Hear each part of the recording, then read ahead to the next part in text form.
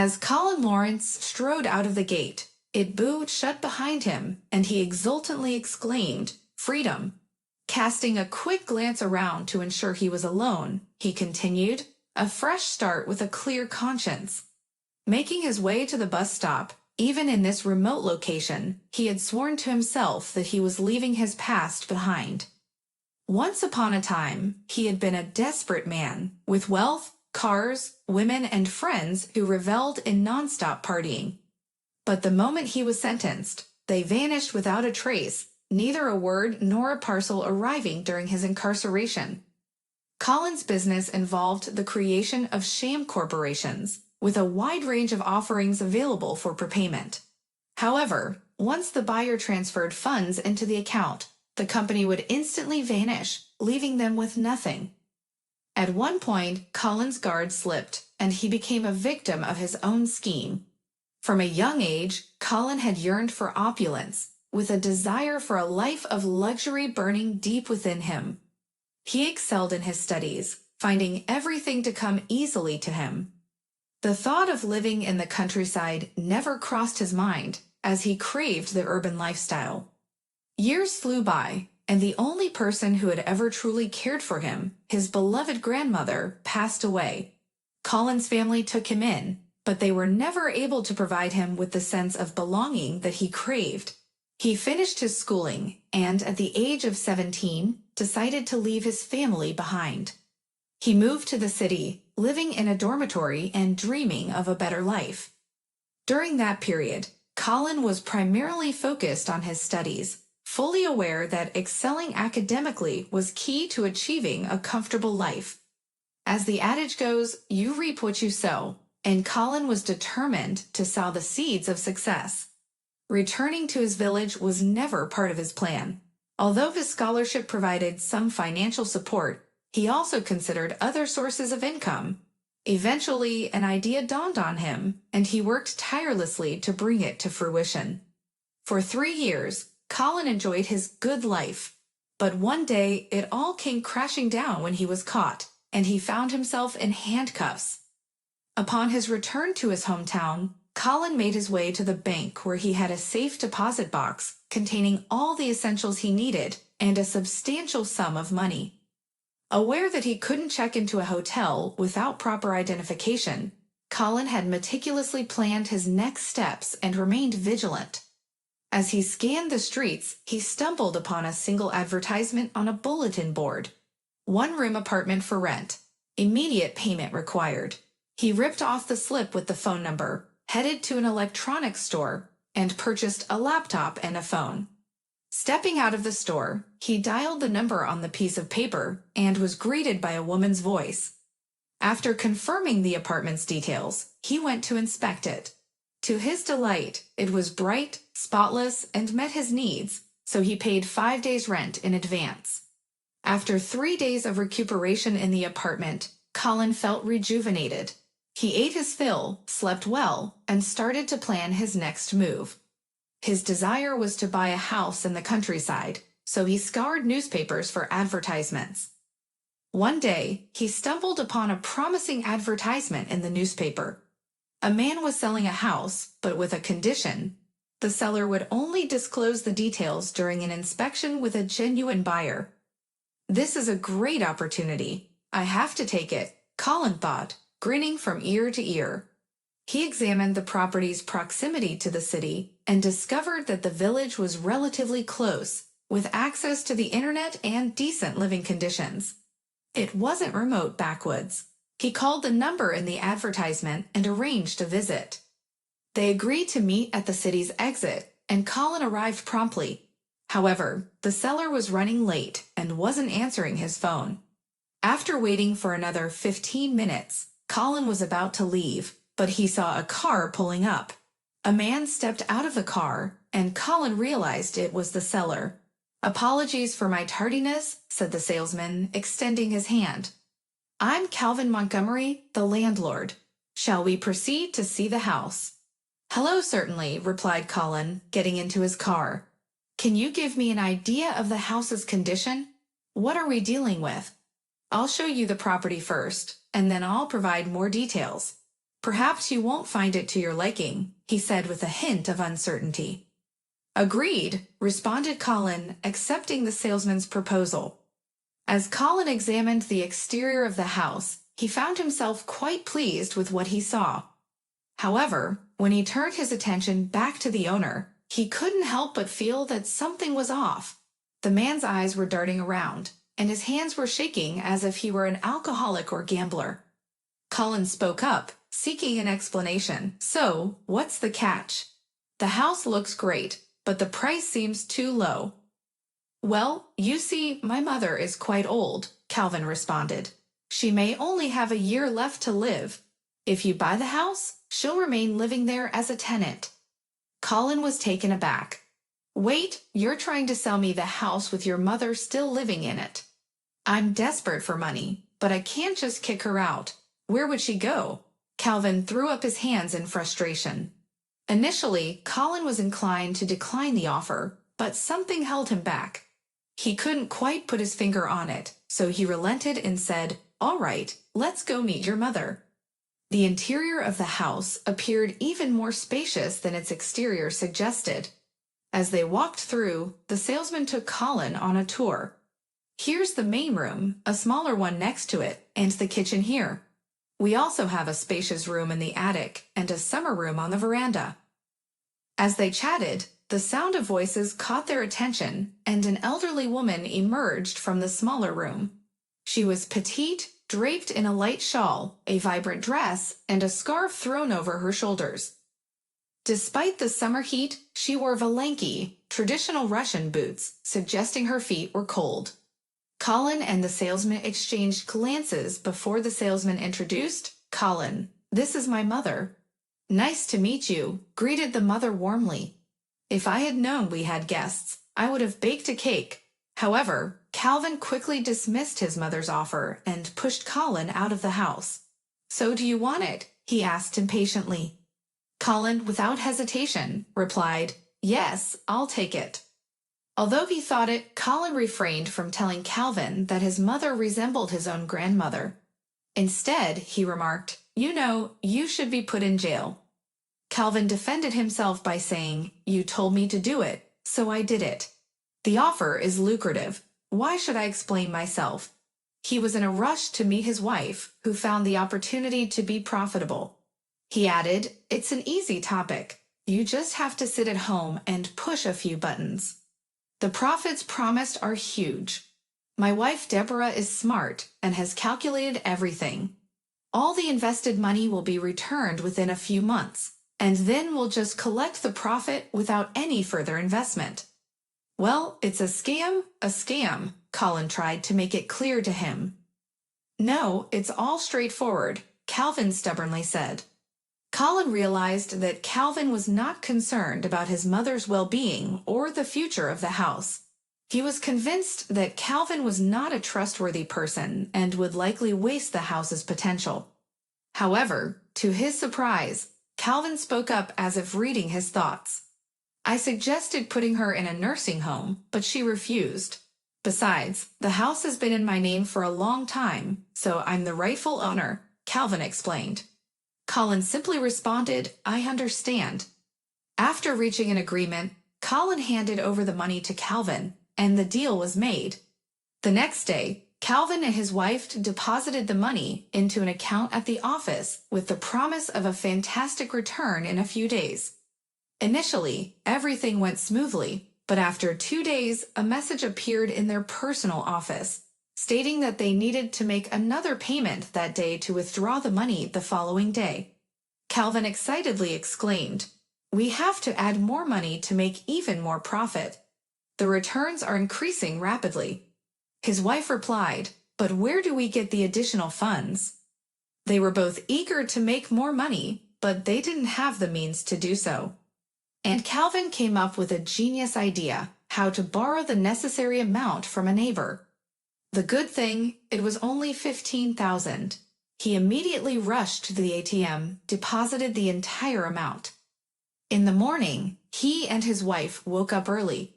They wondered how much they had earned on the first day, but the personal account did not open. They struggled for almost an hour, and then called the number listed. The number didn't exist. They looked at each other.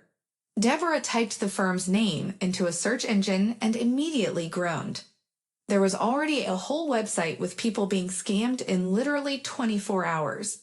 Calvin clutched his head. The man turned pale and asked, "Is that Deborah?" Deborah replied in a similar panicked tone, "How do I know? I'm just reading like you." They both read intently for about half an hour, and the man felt his hair stand on end. "Deborah, does this mean our money is gone?" he asked almost hysterically. "It seems so," she reluctantly agreed. "How could this happen? You said you had everything under control, that you double-checked everything," the man shouted. "I'm not an economist. I just suggested it, and you made the decision," she defended herself. Deborah slowly backed away into the kitchen, while Calvin followed her cautiously. "What are we going to do now? How are we going to survive? We have to pay our debt to the neighbor tomorrow already." The victim's voice had hysterical notes. "You're the idiot for agreeing to such a short-term plan. Why didn't you think it through?" Deborah continued to defend herself. "Was it me who was the idiot?" Calvin glared at her. Calvin grabbed his slipper and hurled it at Deborah, who retaliated by throwing her own slipper, hitting Calvin in the forehead. He swung his slipper at her again, hitting her once more before she ran into the kitchen. Calvin pursued her, but Deborah grabbed a frying pan and held it defensively. "What, Calvin? You're angry because you have to work now," she taunted. "It's good for you, and if you don't take the money from the house, you're a fool. Are you a man or what?" "You're the one who hasn't worked a single day. You're just sitting on my neck," Calvin retorted. "No way am I going to work," Deborah retorted. "Don't forget that you live in my apartment. I married you because you promised me the world, Calvin. And what have you done?" "Nothing. I'm such an idiot for believing in you. I thought you were a grown man, but you're just a coward. And you," she pointed a finger at him, "you can't handle the fact that I'm not going to let you control me anymore." They used to have lengthy arguments that often escalated into physical altercations. However, on this particular day, Deborah had the upper hand, causing Calvin to storm out in frustration. Eventually, they made amends, realizing that there was no point in fighting when they had to sell Deborah's valuable jewelry to pay back their neighbor. Calvin, on the other hand, decided to search for a job. Mrs. Montgomery, Calvin's mother, was well aware that her son was up to no good. She knew he was gambling since he frequently asked her for money. One night, Calvin even showed up at her doorstep, practically begging for money, after being threatened by his creditors.